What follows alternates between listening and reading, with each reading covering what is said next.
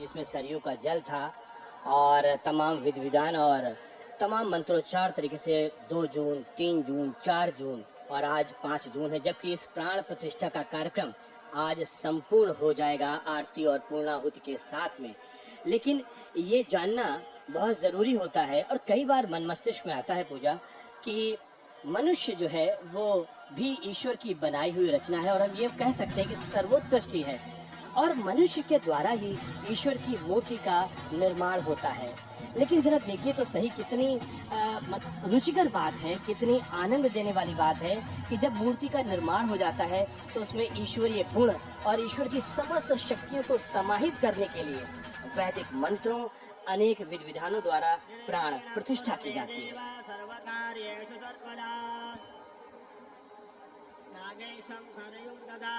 लक्ष्मणमेणुतीर्थं च वन्दे आटकमन्दिरम्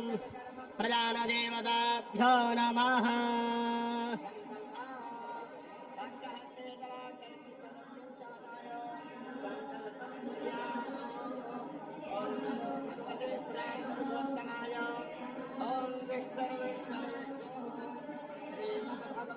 महापुरुषस्य विष्णुराज्ञया प्रवर्तमानस्य अद्य ब्रह्मणे द्वितीयपरार्धे विद्वते श्रीश्वेतवाराह कल्पे वैवस्वतमन्वन्तरे